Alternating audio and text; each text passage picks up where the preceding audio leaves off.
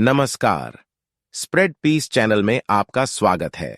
आज हम आपको सुनाएंगे मुंशी प्रेमचंद की एक खूबसूरत कहानी, शोक का पुरस्कार।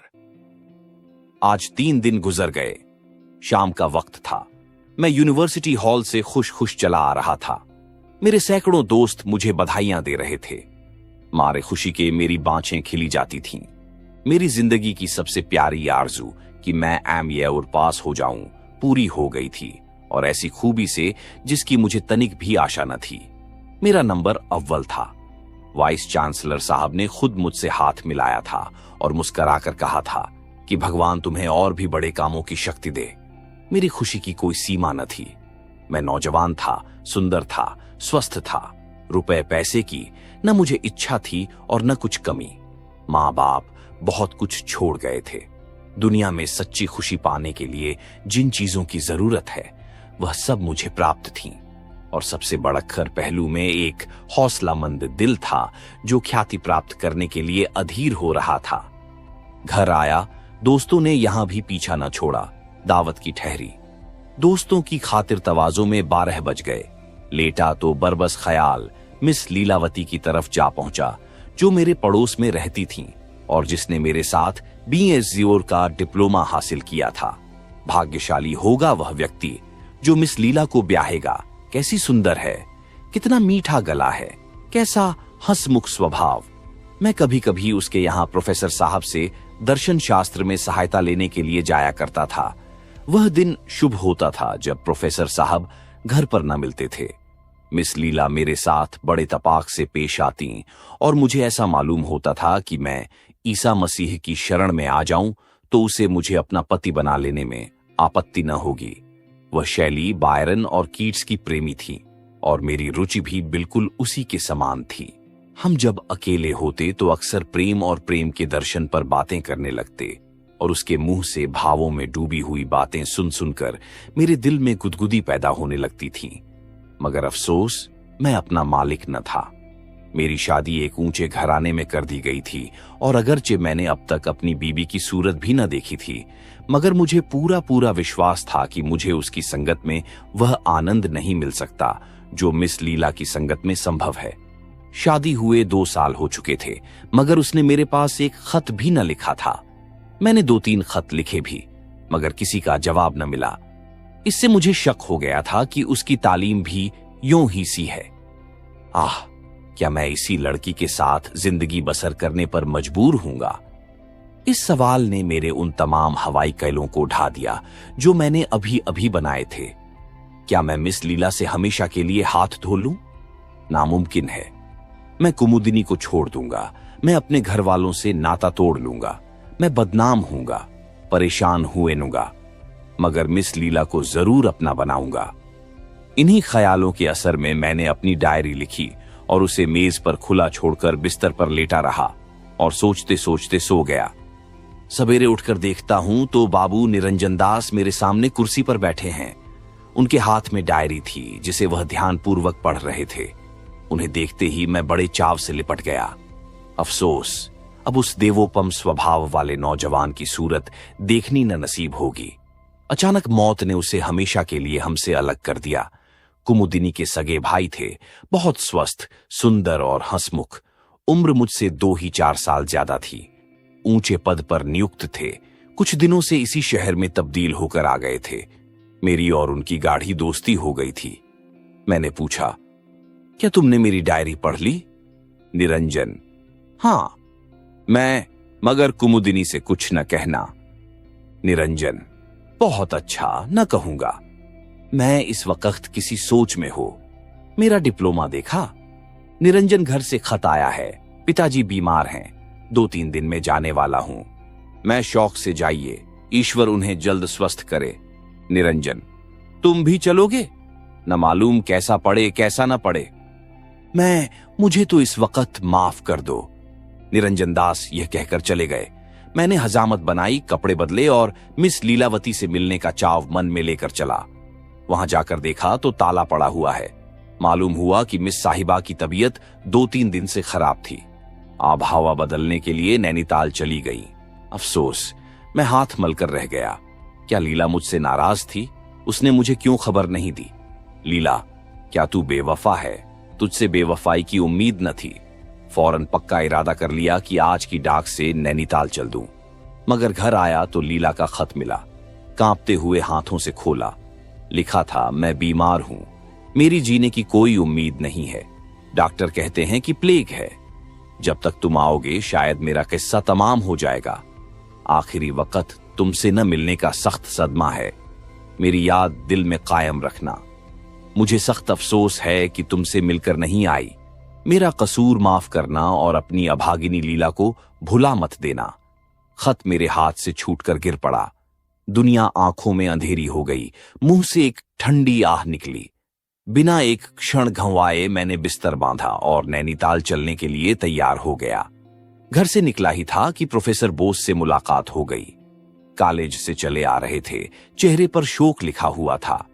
मुझे देखते ही उन्होंने जेब से एक तार निकालकर मेरे सामने फेंक दिया। मेरा कलेजा धक से हो गया। आंखों में अंधेरा छा गया।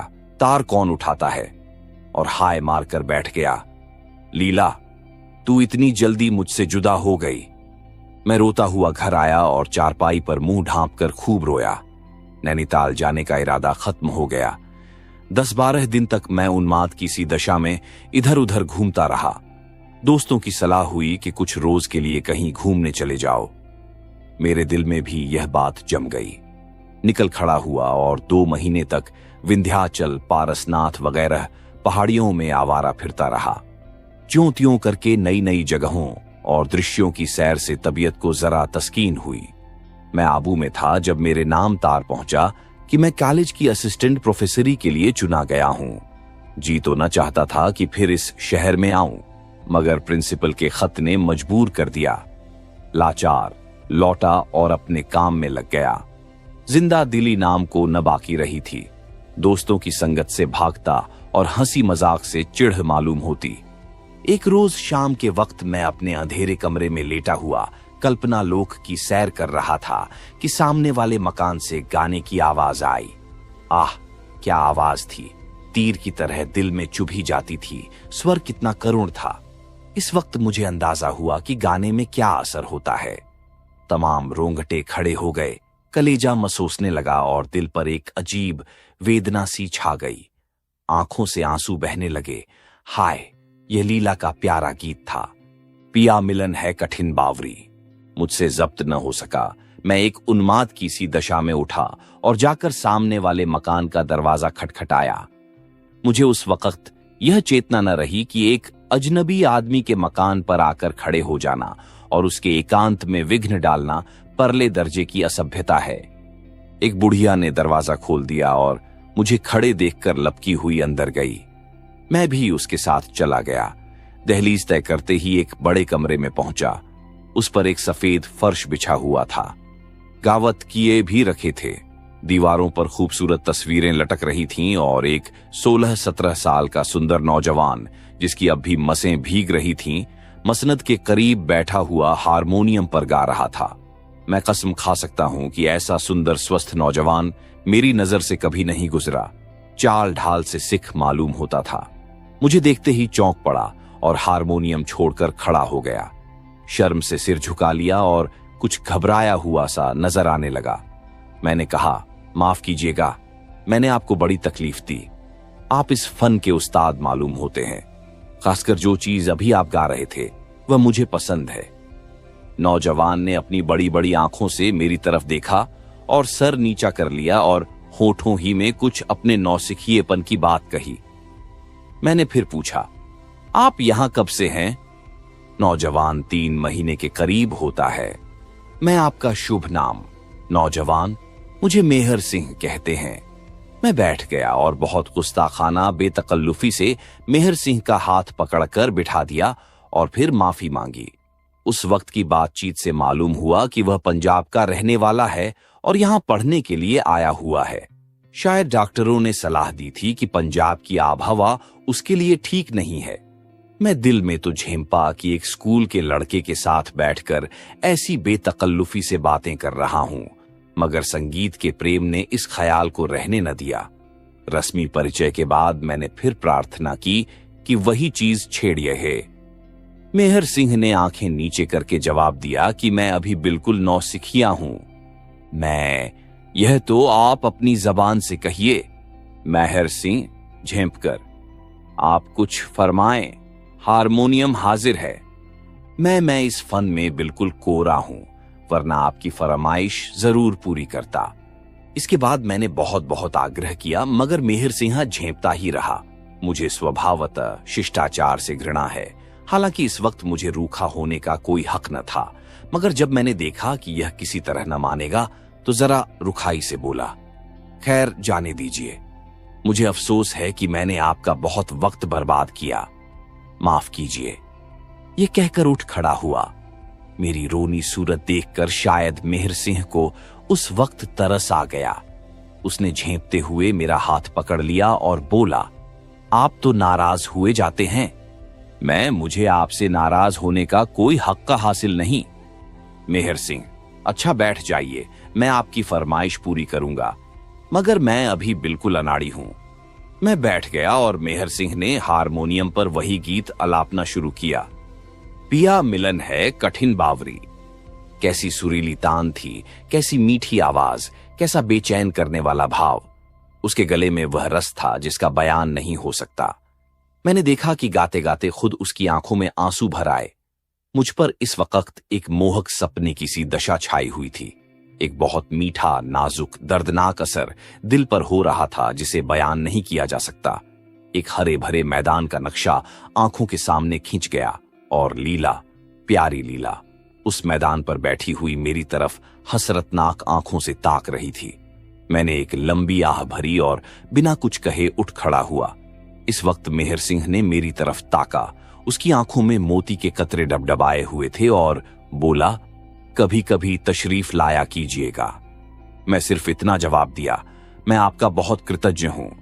धीरे धीरे मेरी यह हालत हो गई कि जब तक मेहर सिंह के यहां जाकर 2-4 गाने न सुन लूं, जी को चैन न आता। शाम हुई और मैं जा पहुंचा।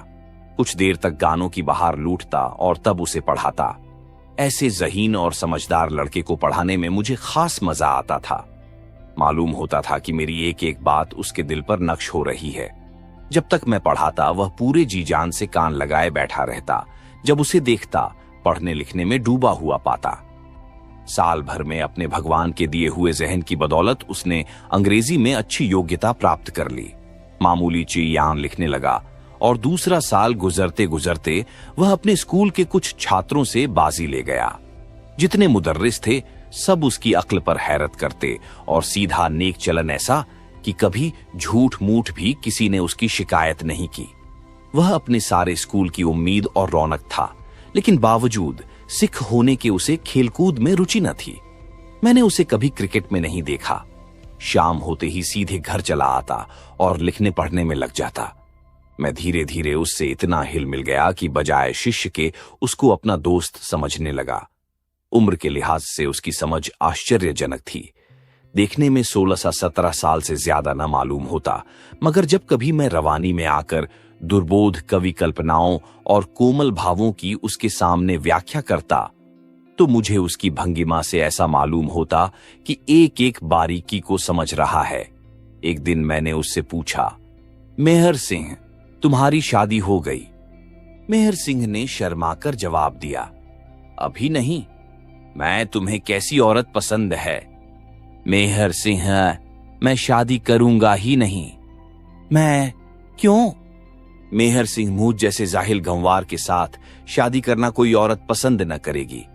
मैं बहुत कम ऐसे नौजवान होंगे तो तुमसे ज्यादा लायक हों या तुमसे ज्यादा समझ रखते हों।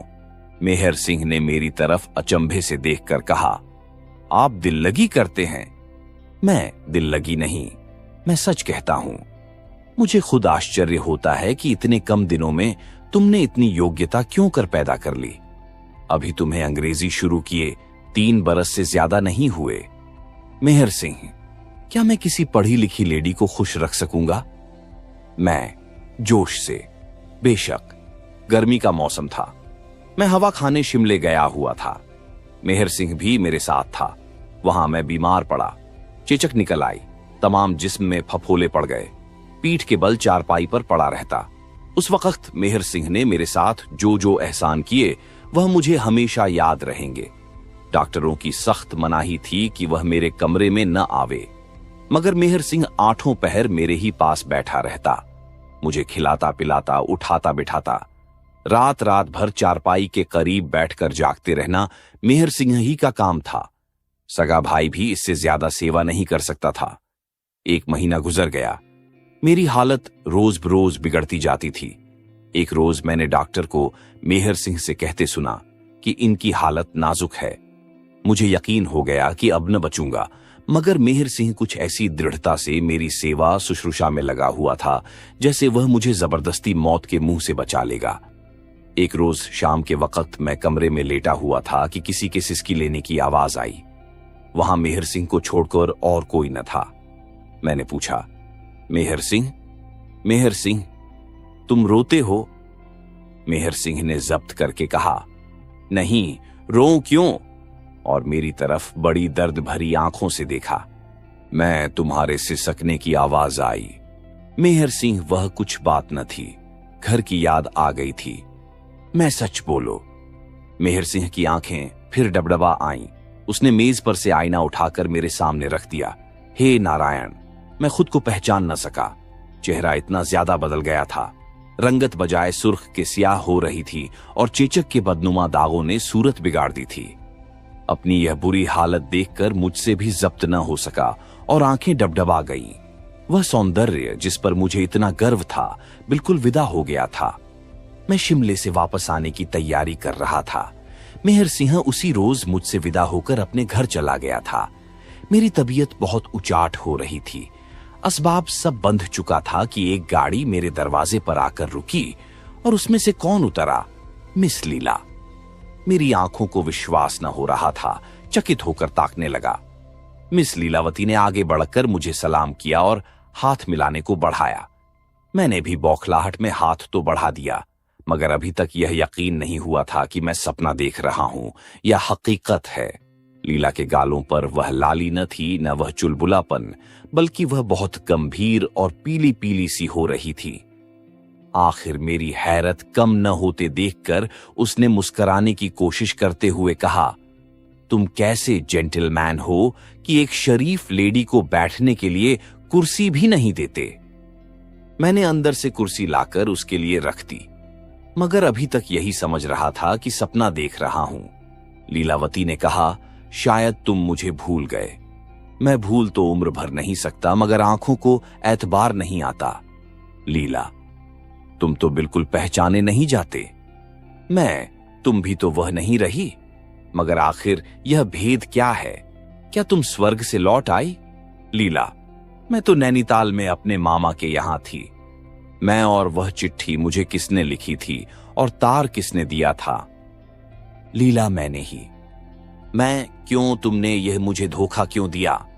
शायद तुम अंदाजा नहीं कर सकती कि मैंने तुम्हारे शोक में कितनी पीड़ा सही है। मुझे उस वक्त एक अनोखा गुस्सा आया। यह फिर मेरे सामने क्यों आ गई? मर गई तो मरी ही रहती। लीला, इसमें एक गुण था, मगर यह बात तो फिर होती रहेंगी। आओ इस वक्त तुम्हें अपनी एक लेडी फ्रेंड से इंट्रोड्यूस कराऊं। वह तुमसे मिलने की बहुत इच्छुक है। मैंने अचरज से पूछा, मुझसे मिलने की? मगर लीलावती ने इसका कुछ जवाब न दिया और मेरा हाथ पकड़कर गाड़ी के सामने ले गई। उसमें एक युवती हिंदुस्तानी कपड़े पहने बैठी हुई थी। मुझे देखते ही उठ खड़ी हुई और हाथ बढ़ा दिया। मैंने लीला की तरफ सवाल करती हुई आंखों से देखा। लीला, क्या तुमने नहीं पहचाना? मुझे अफसोस है कि मैंने आपको पहले कभी नहीं देखा, और अगर देखा भी हो तो घूंघट की आड़ से क्यों कर पहचान सकता हूं। लीला, यह तुम्हारी बीवी कुमुदिनी है। मैंने आश्चर्य के स्वर में कहा, कुमुदिनी यहां? लीला, कुमुदिनी, मुंह खोल दो और अपने प्यारे पति का स्वागत करो। कुमुदिनी ने कांपते हुए हाथों से जरा सा घूंघट उठाया। लीला ने सारा मुंह खोल दिया और ऐसा मालूम हुआ कि जैसे बादल से चांद निकल आया। मुझे ख्याल आया, मैंने यह चेहरा कहीं देखा है। कहां? आहा, उसकी नाक पर भी तो वही तिल है, उंगली में वही अंगूठी भी है। लीला, क्या सोचते हो, अब पहचाना? मेरी कुछ अक्ल काम नहीं करती। हूबहू यही हुलिया मेरे एक प्यारे दोस्त मेहर सिंह का है। लीला मुस्कुराकर, तुम तो हमेशा निगाह के तेज बनते थे, इतना भी नहीं पहचान सकते? मैं खुशी से फूल उठा, कुमुदिनी मेहर सिंह के भेष में। मैंने उसी वक्त उसे गले से लगा लिया और खूब दिल खोलकर प्यार किया। इन कुछ क्षणों में मुझे जो खुशी हासिल हुई, उसके मुकाबले जिंदगी भर की खुशियां हेच हैं। हम दोनों आलिंगन पाश में बंधे हुए थे। कुमुदिनी, प्यारी कुमुदिनी के मुंह से आवाज न निकलती थी। हां, आंखों से आंसू जारी थे। मिस लीला बाहर खड़ी कोमल आंखों से यह दृश्य देख रही थी। मैंने उसके हाथों को चूम कर कहा, प्यारी लीला, तुम सच्ची देवी हो, जब तक जिएंगे तुम्हारे कृतज्ञ रहेंगे। लीला के चेहरे पर एक हल्की सी मुस्कुराहट दिखाई दी। बोली, अब तो शायद तुम्हें मेरे शोक का काफी पुरस्कार मिल गया। आप सुन रहे थे मुंशी प्रेमचंद की रोचक कहानी शोक का पुरस्कार।